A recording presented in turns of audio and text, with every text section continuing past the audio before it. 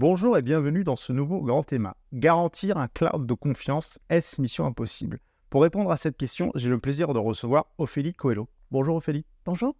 Alors Ophélie, vous êtes chercheuse indépendante, membre de l'Institut Rousseau, spécialiste de la géopolitique du numérique.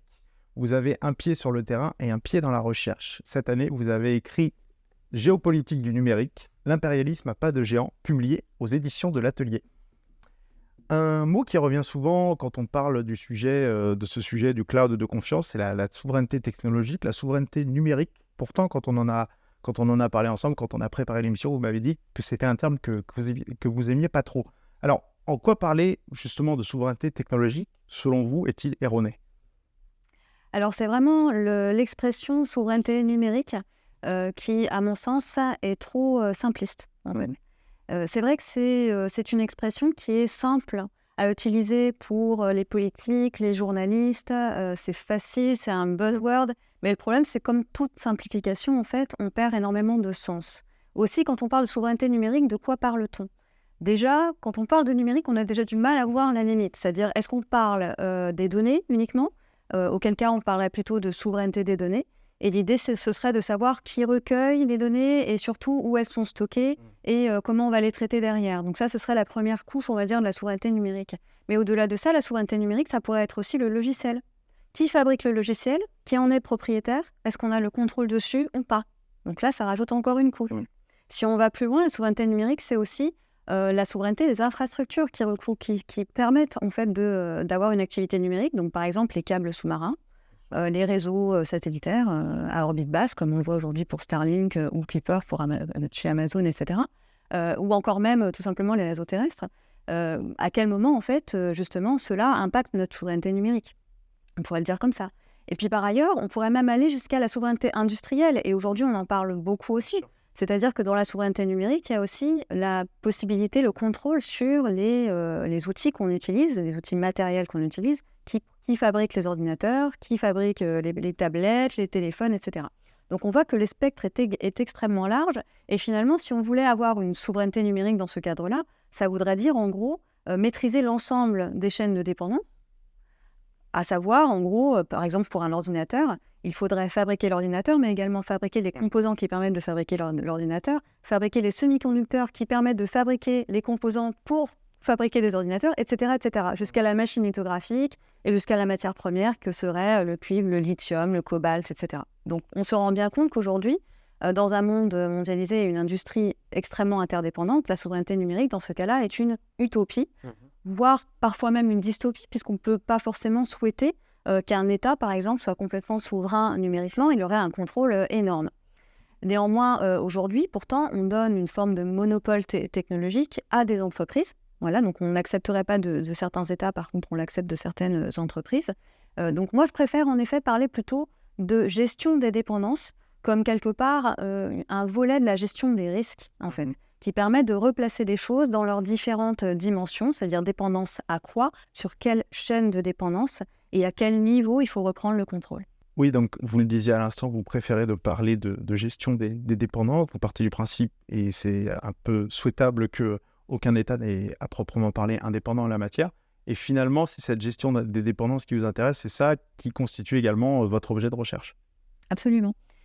Alors, à mon sens, on a aujourd'hui des professionnels de l'instrumentalisation de l'interdépendance, c'est-à-dire que dans un monde mondialisé et interdépendant au niveau économique, industriel, etc., on va avoir à la fois les États, mais aussi les entreprises qui vont instrumentaliser ces dépendances-là pour avoir des leviers de puissance sur les États, les entreprises, les sociétés, etc.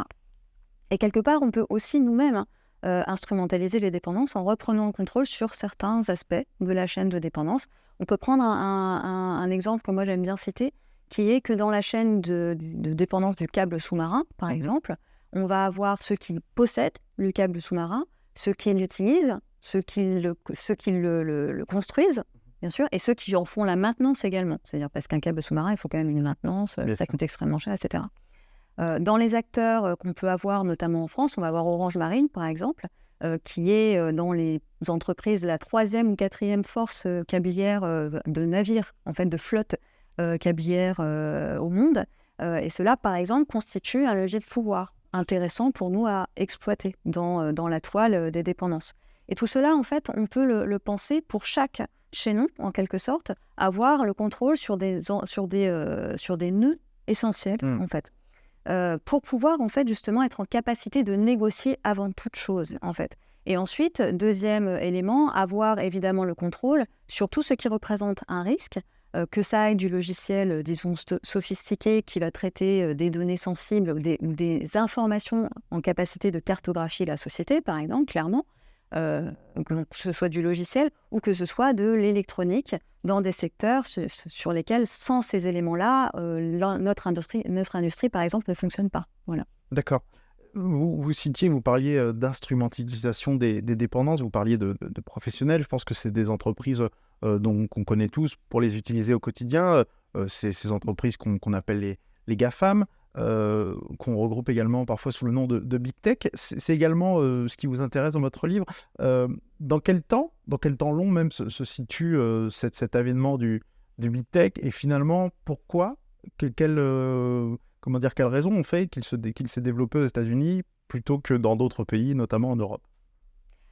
Alors la Big Tech, moi j'aime bien aussi l'appeler la multinationale du numérique, au final, parce que l'histoire de la multinationale et de ce modèle d'entreprise joue un rôle important dans leur développement, pour le coup.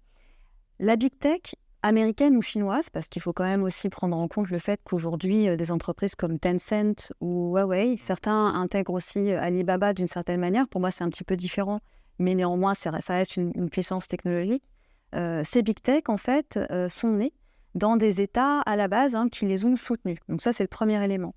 La Big Tech, que ce soit américaine ou chinoise, ne serait jamais née sans avoir derrière des États, les États-Unis ou la Chine, qui ont massivement en fait, financer ces entreprises-là au tout début et puis progressivement par des commandes publiques, voilà, par une favorisation financière, fiscale, en fait, dans leur développement. Donc ça, c'est une première chose. La deuxième chose, c'est qu'il y a une dimension aussi qui est celle de la lutte antitrust. Donc, par exemple, aux États-Unis, il y avait une lutte antitrust, une lutte contre les monopoles qui était historiquement, traditionnellement assez présente.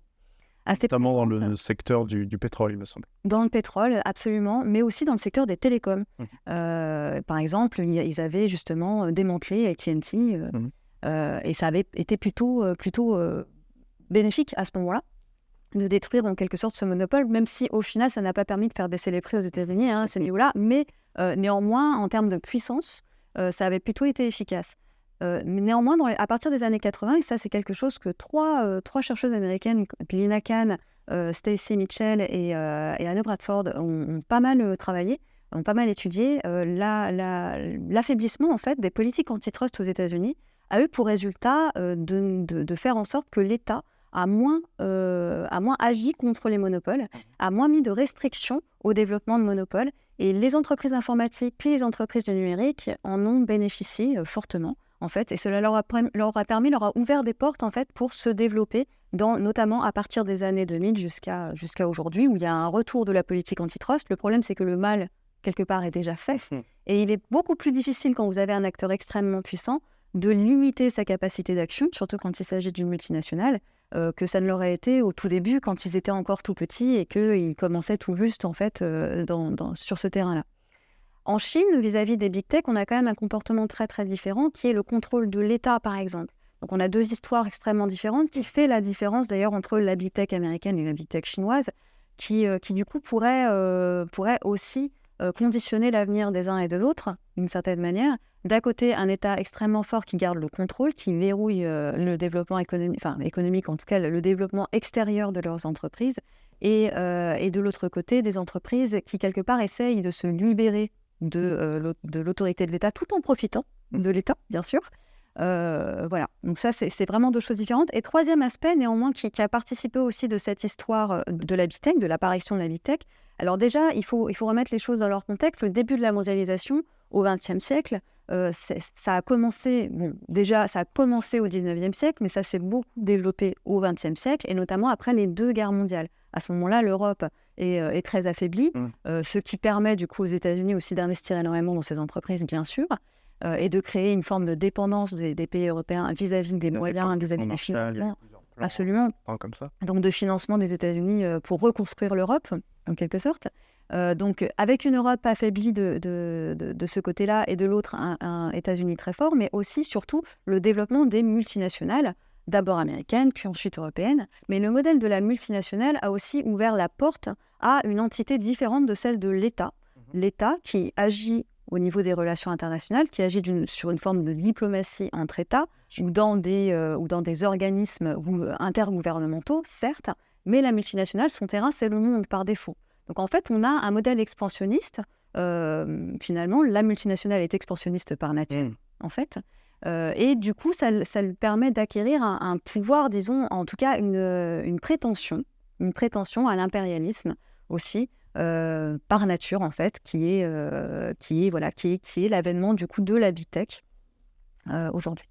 Cette dépendance technologique dont vous parliez, en quoi va-t-elle représenter pour ces multinationales un moyen de pression ou de négociation, non seulement sur certaines entreprises, mais également sur certains États?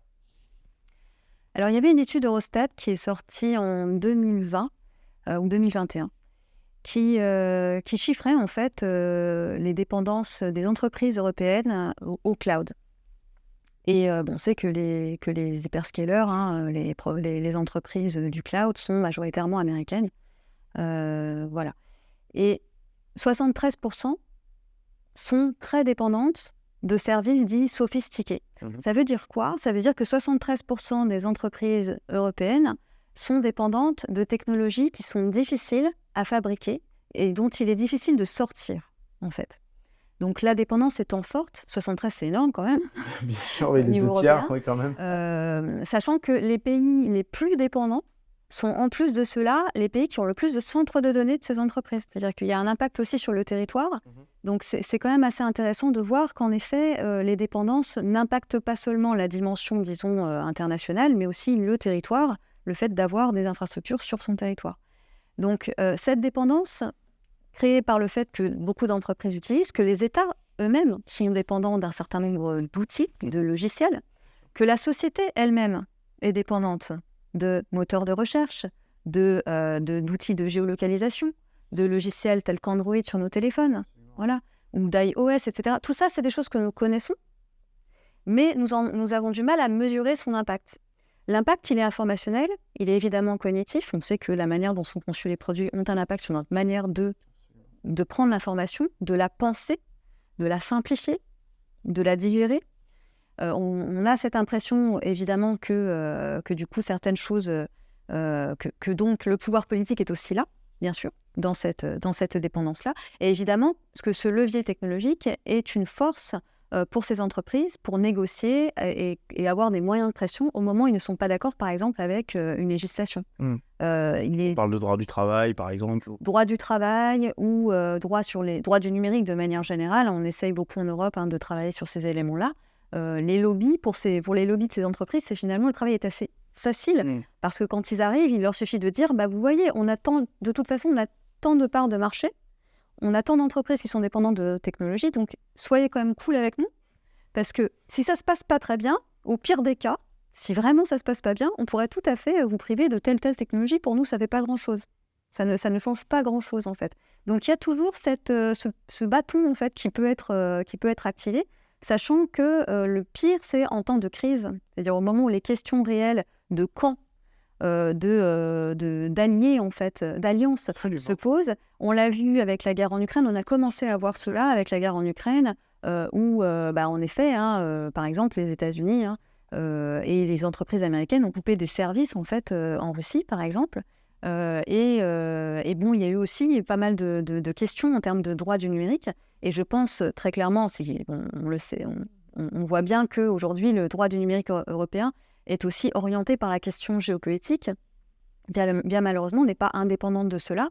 Et donc, cette influence, en fait, de l'entreprise, de la technologie, je dirais, sur le choix d'un État, sur un choix géopolitique, est aujourd'hui très, très, très sensible, en fait, et très présent. Mais alors, justement, face à des multinationales qui ont un ascendant de plus en plus fort, quelle peut être la réponse des États, c'est-à-dire les États pris unitairement ou des groupements d'États comme ça peut être l'Union européenne, finalement passe à des groupes privés qui ont pris autant d'importance, quelle réaction est possible? Alors c'est souvent la question qu'on pose. On pose aussi la question... oui, en fait, on pose souvent la question, mais est-ce que vous pensez vraiment qu'on peut faire quelque chose face à des puissances pareilles?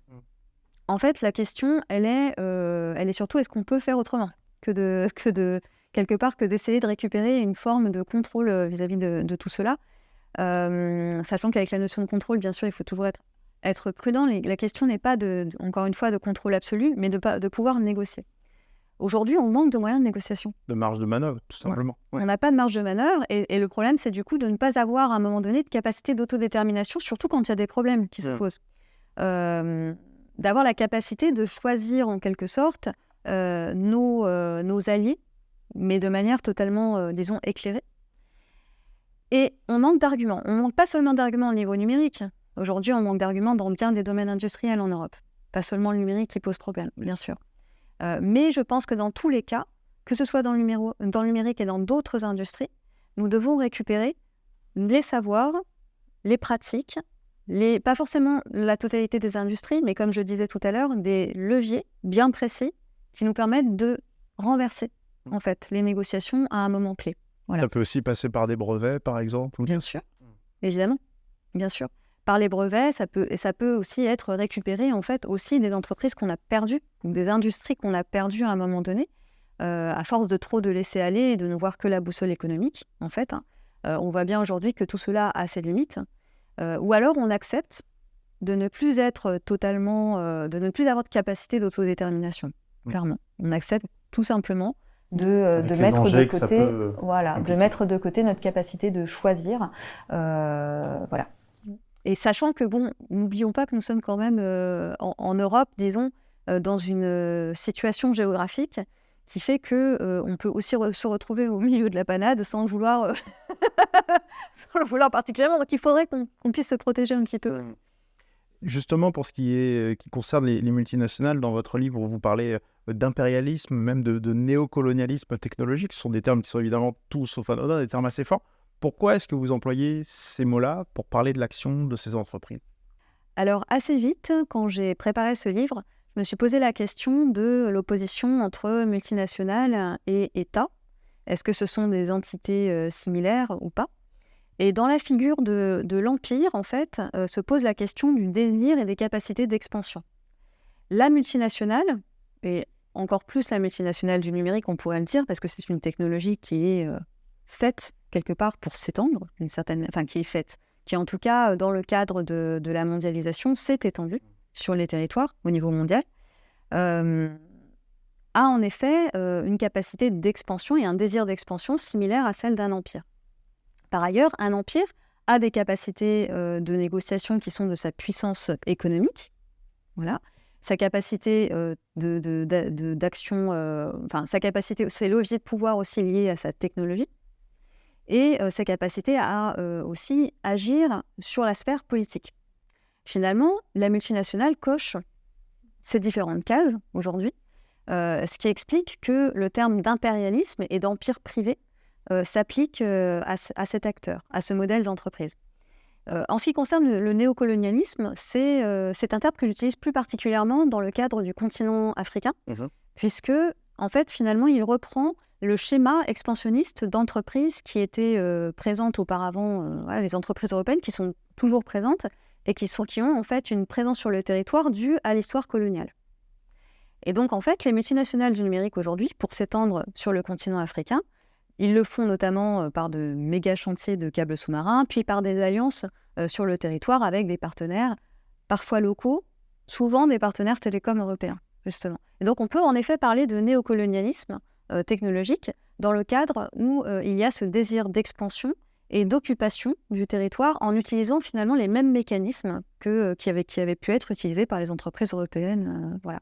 Donc ça, c'est assez intéressant. Et par ailleurs, on ne peut ignorer du coup les mécanismes évidemment de mise en dépendance qu'on a aussi en Europe, mais qui risquent d'être encore plus forts dans les pays africains en fait, où par ailleurs, là pour le coup, il y a vraiment une dépendance à la fois économique, infrastructurelle, technologique très forte. C'est la raison pour laquelle, sans doute, on peut parler vous parlez à propos de l'information, des technologies, on peut parler de Chine-Afrique comme on parlait autrefois de France-Afrique dans le domaine du pétrole, par exemple. Absolument. Et la dernière question, c'est une question que j'imagine on vous pose souvent, puisque c'est une question qui revient assez fréquemment dans le débat, dans le débat sur ce sujet. Vous parliez de big tech américaine, de big tech chinoise. Est-ce qu'un jour, on verra une big tech européenne voir le jour? La question, c'est est-ce qu'on veut vraiment une multinationale du numérique européenne? Est-ce qu'on veut un Google français, un Google allemand, un Google européen? Moi, personnellement, je pense que ce serait une bêtise. Je suis contre le modèle de la multinationale ultra puissante. À la rigueur, une multinationale, mais une multinationale sous contrôle éventuellement. Et c'est pas pour contrôler l'entreprise à tout prix. C'est pas ça. C'est simplement que la boussole d'une entreprise, ce n'est pas la société, ce n'est pas le bien-être de la société. C'est avant tout son évolution économique et puis le bien-être de ses actionnaires éventuellement et de ses salariés, éventuellement. Donc, on n'est pas sur une boussole qui est saine, en fait, à la base. Le modèle de l'entreprise, c'est super comme projet. Mais voilà, c'est pas un projet de société, en fait. Et quand ça a voulu se faire projet de société, en général, ça n'a pas tenu. Donc, aujourd'hui, en fait, on ne sait pas... les États ne savent pas s'entendre ensemble pour créer des organisations intergouvernementales en capacité de gérer des problèmes globaux tels que le climat, ou tel que le droit du numérique à une autre échelle. D'accord ? Donc c'est ça notre problème, c'est qu'on n'a pas encore la maturité de créer une instance ou en tout cas un accord international. Du coup, on laisse énormément de place aux entités multinationales, dans un cadre où le marché libre, c'est la boussole principale. Donc non, je suis pas pour la big tech européenne parce que ce serait finalement reprendre le même modèle. En revanche... Sans tirer les leçons. Voilà, sans tirer les leçons de ce qui a été fait. Aujourd'hui, dans le cadre dans lequel on est, créer une big tech européenne, ce serait lui donner les mêmes pouvoirs, en fait, en quelque sorte. Pour peu qu'on y arrive déjà. Mais bon. Au-delà de la question de la faisabilité, quoi. Mais bon, voilà. Moi, je suis plutôt pour un développement sain d'un maillage d'entreprise, d'un maillage technologique, qui permettrait, en fait, d'avoir un rapport à la technologie qui soit plus utilitaire, clairement, qui soit en accord réellement avec le droit, qu'on puisse créer des choses sous cloche, c'est-à-dire sans connexion particulière avec l'extérieur quand on en a besoin, et pour autant qu'on puisse continuer à utiliser des technologies de l'extérieur quand on en a besoin. Mais pour cela, il faut un énorme chantier, parce qu'aujourd'hui, en Europe, sur un certain nombre de choses, sur un certain nombre de technologies, on est très bon. Et sur d'autres points, oui, on a besoin d'avancer, on a besoin de financement, on a besoin de faire confiance aussi à certaines entreprises qui ne sont pas forcément des grandes entreprises, mais qui ont la technologie et la connaissance. Merci beaucoup. Merci beaucoup, Ophélie, pour toutes vos réponses. Merci à vous. Pour ma part, j'aurai le plaisir de vous retrouver très prochainement pour un prochain grand thème.